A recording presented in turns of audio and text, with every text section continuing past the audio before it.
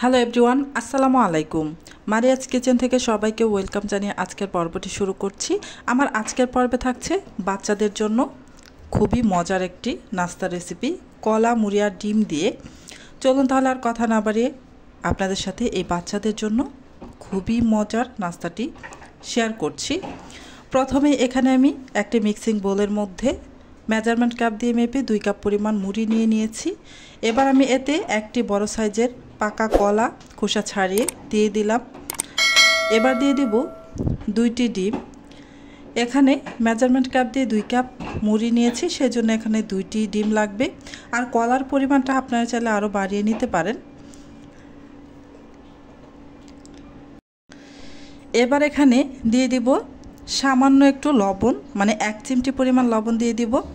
মুড়ির মধ্যে লবণ দেওয়াই থাকে, তবে অল্প পরিমাণে আমি লবণ দিয়ে দিব, আপনারা চাইলে স্কিপ করতে পারেন। এবার আমি এতে দিয়ে দিচ্ছি 1/3 কাপ পরিমাণ চিনি, আর দিয়ে দিব লিকুইড দুধ 1 কাপ পরিমাণ।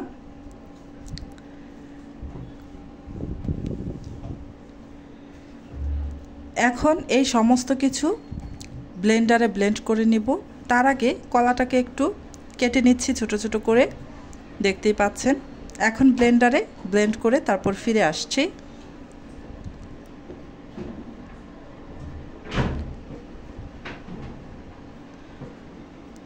এই তো ব্লেন্ডারে ব্লেন্ড করে নিয়েছি, এই মিক্সিং বোলের মধ্যে ঢেলে নিচ্ছি। এবার আমি নাস্তাগুলোকে বানানোর জন্য চুলায় চলে যাব। চুলায় একটা আগে থেকেই তাওয়া বসিয়ে গরম করে রেখেছিলাম। এবার আমি এতে সামান্য একটু সয়াবিন তেল দিয়ে তেলটাকে তাওয়ার উপর ছড়িয়ে দিলাম, দেখতেই পেয়েছেন। এবার একটি গোল চামচের সাহায্যে 1 চামচ ব্যাটার দিয়ে দিলাম। চুলার আঁচ মিডিয়াম হিটে রেখে এই প্যানকেকগুলোকে ভেজে নেব। আমি প্যানকেকের শেপে ভেজে নিচ্ছি।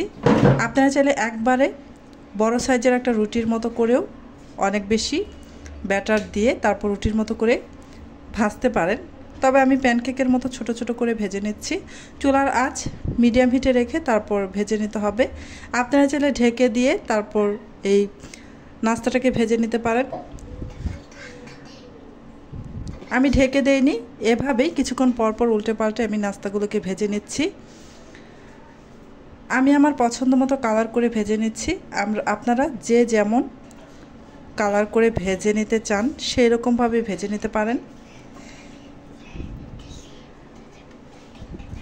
অল্প অল্প করে তেল দিয়ে তারপর ভেজে নিচ্ছি, দেখতেই পাচ্ছেন। আপনারা চাইলে একদম তেল ছাড়াও এই নাস্তাটাকে ভেজে নিতে পারেন। আমার চ্যানেলে যারা পুরনো বন্ধু আছেন ওনাদের জানাচ্ছি অসংখ্য ধন্যবাদ, সবসময় আমার পাশে থেকে আমাকে সাপোর্ট করার জন্য। আর আমার চ্যানেলে যারা আজকে নতুন ভিজিট করেছেন ওনাদের বলবো, আমার রেসিপিটা যদি একটু ভালো লাগে প্লিজ আমার চ্যানেলটি সাবস্ক্রাইব করে পাশে থাকা বেল আইকনটি প্রেস করে রাখবেন। এই তো একে একে আমি সবগুলো নাস্তা ভেজে নিয়েছি। এই নাস্তাগুলো বাচ্চারা খেতে ভীষণই পছন্দ করে, চাইলে বড়রাও এই নাস্তাগুলো খেতে পারেন। আজকের মতো এখানেই বিদায় নিচ্ছি, আবারও চলে আসবো অন্য কোনো দিন নতুন আরও একটি রেসিপি নিয়ে। আপনারা অনেক বেশি ভালো থাকবেন, সুস্থ থাকবেন। আল্লাহ হাফেজ।